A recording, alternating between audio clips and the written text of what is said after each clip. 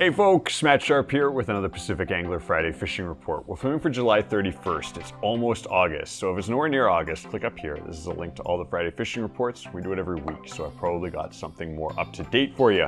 This week, what a scorcher. She was very, very hot this week across the province. There were heat warnings in effect. I saw 40 degrees on a couple of the forecasts. So that's crazy. Don't worry, it's gonna mellow out a little bit for the weekend, but summer is definitely making up for how she dragged her heels in the beginning of the season. Now, that's gonna bode well for us going out fishing. It's gonna tweak some things, some stuff you're gonna have to consider, but we're gonna take a hard look at the local waters. We're gonna look at the beach fishing. We're gonna look at the Capilano. We're gonna look at the Vedder/Chilliwack Chinook fishing, both in the written version, and we're gonna talk about it a little bit here in the video version. Also, we're gonna take a look at the interior. I'm heading up. I'm really looking forward to it. I'm taking the car. I'm just going for a drive wherever the winds may take me, so to say, or more importantly, wherever the fish may take me. I'm gonna be looking at the Thompson. I'm gonna be looking at the Skagit. So I'll share with you guys some of my expectations of the weekend when it comes to water levels, as well as the bugs you might consider if you're heading out. Lastly, we're going to talk saltwater, and the saltwater is kind of cool this week. We got lumped up a little bit. Anytime we got crazy heat like this, it moves a lot of air. Sometimes that can be a really beautiful calm day with a high pressure, or sometimes it can be a ton of wind. We had a northwest wind this weekend. It made it challenging to get across the strait to where we can retain those 80 centimeter and under Chinook, but it calmed down in the middle of the week. Jay was out, saw pictures of beautiful flat calm. We're going to talk you guys through that, as well as we're going to talk about the local coho fishing, because there's been some good stuff there. Reports continue to come in. It's definitely worth getting out for that local hatchery fish that is available for retention right now, or just some catch and release on the coho front. Last but not least, we have another video for you guys. It's not a fly tying video, it's a product review, because Rio has done something really cool with their lines for 2020, and we're starting to see them trickle into the shop now. They've redone a lot of the technologies that go into their classic lines, like the Rio Gold, the Rio Grande, and the Light series of trout technical tapers. You'll want to check it out because there's some cool stuff there. Way slicker, way longer casting, way more durable, which is important. You'll have to stick around to the end of the report for links to that video, as well as some details. And we're giving away one of these lines for free. You're gonna have to stick around to the end of the report for details and links to that video. As always, guys, you wanna see more reports like this, consider hitting the like button, hit the subscribe button. Let's get into her.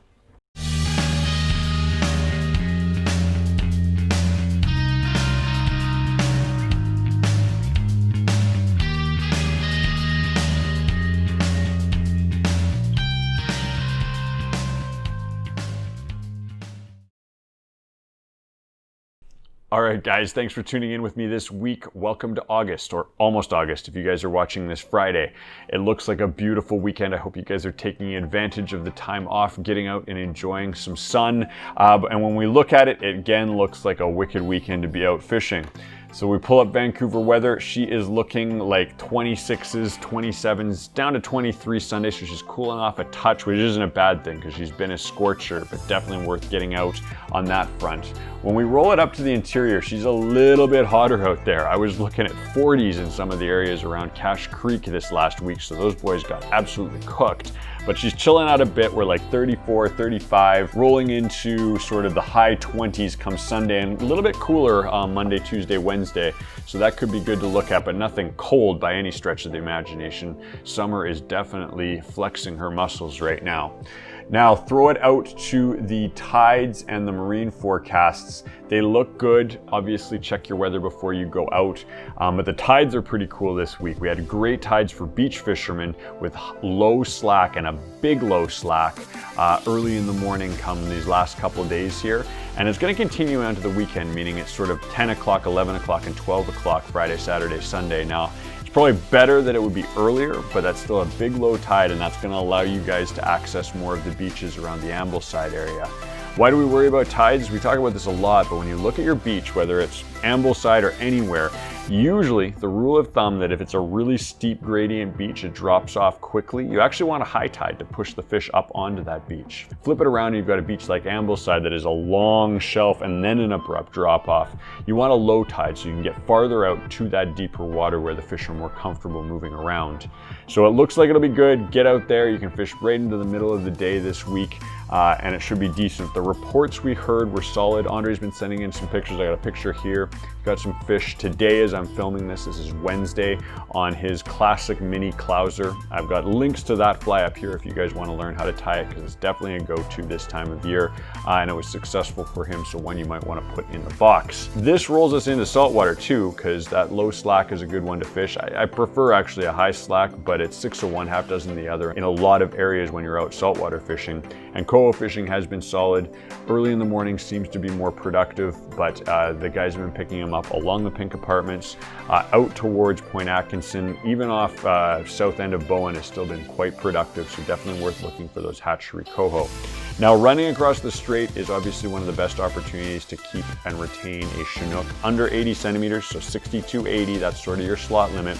And last weekend the guys tried to get across, but they got lumped up by some wind. I gotta have a warning, anytime we have hot weather, you're gonna see a lot of air moving, and we saw it last weekend. We managed to get a few charters out, but we had to work around some pretty nasty sort of strait crossings with really high wave counts. That said, Wednesday as I'm filming this, a bunch of guys headed across because it was flat calm. A buddy even went across in a small boat. I wouldn't recommend doing it in anything under a 20, but he did it in a much smaller boat, and hat off to him. I hope he made it home safe, but it looked like the day to do it if you were going to take the gamble, and the fishing has been excellent. Thrasher Rock and north up to Nanaimo, definitely worth looking at. Guys are getting them on hoochies, cuttlefish. Bait's starting to play into the game right now. Guys are starting to roll bait and find success with that. So have the full arsenal when you're heading out there this weekend. All right, on the riverfront. So as I said, I am really excited. I'm getting out of town. I'm gonna go for a bunch of days and I really don't have a plan. It's just me, I'm taking the car, I'm just gonna drive and go where the fish take me, so to say. I'm gonna start first up in the Thompson region. Gotta visit some friends up in Cache Creek, and what we wanna look at is the real-time hydrometrics on that one. So when we pull up the Thompson River here, you see last year's numbers, and this is what I always do. I gauge it off trips that I did last year. I've got a pretty good log of what was going on, and I did a trip, I want to say that it was middle of June last year. It was way earlier than normal. June is not the month we usually consider the Thompson. It's usually past that, but I went middle of June, I think it was, and it was in sort of the 5 region. Now we're coming up on that now, but that was still darned high. It was fishable, but darned high. So we're getting there. I'm not expecting easy access. If you guys are out this weekend, it is going to be a challenge, meaning the river will be right up into the trees in the bank. That said, it should be getting clearer, and if it's similar to where it was last year when I did that early trip, the fish were biting and I've got my fingers crossed. Roll it around to the Skagit, we've got a similar story that front, and where is it here? Yeah, here she is. And so last year opening day, 5.6, you guys know I've been talking about this over and over again, but it holds true. 5.6 is darned high. You can cross it if you're very brave. Always be careful, make sure you're crossing in good areas, but there'll be a couple spots to be able to cross the Skagit at this water level. I'd like more. Right now we are lower than that, so it's dipping just below that level. I'd prefer a lot lower than it is right now for getting out there. You guys are still going to be stuck in certain areas, but it's definitely worth taking a look at. The reports this week were solid. Again, a lot more nymphing than dry fly fishing, but if you can drag your heels and stay late with this warm weather, we have been getting some hatches later in the afternoon and the evening, and it's been excellent. We've also heard some good reports of bull trout swinging sort of white or olive streamer patterns with a sink tip have been darn productive. So worth checking out. I'll have more details when I get back to you guys next week. On the Vedder looking great. It's a perfect river level. It's a beautiful river level to fish right now, and the guys have been doing well. There's one caveat. There's quite a few sockeye being caught, and the sockeye are one that are a species of concern. There's a bunch of small runs that are going through the Vedder and past the lake that are really in decline, and ones that we want to make sure are a catch and release scenario. So that means don't drag them up on the rocks, don't gill them, don't spend too much time. If you can, just quickly release them, keep them wet. Taylor's got a picture here of one that he did that exact same thing, and he said he did see a few people pushing the envelope, being a little bit rough with these fish because they're annoyed because they weren't a Chinook. Don't do that, guys. We want to protect these fish. The Chinook fishing has been good too. Guys have been getting them, which is cool. The early Vedder season isn't usually an easy fishery. Still not easy, but we are hearing reports and it's definitely worth getting out. On the Capilano front, she's getting low. It is a challenge. Go early, go late. It's obviously crowded with everybody off, taking time off, enjoying the weekend. I expect crowds out there, so be respectful to everybody around you. We all need to share the resource. Beach fishing is where I would look, but again, you pick your poison, pick your time, pick where you can go, and play it by ear.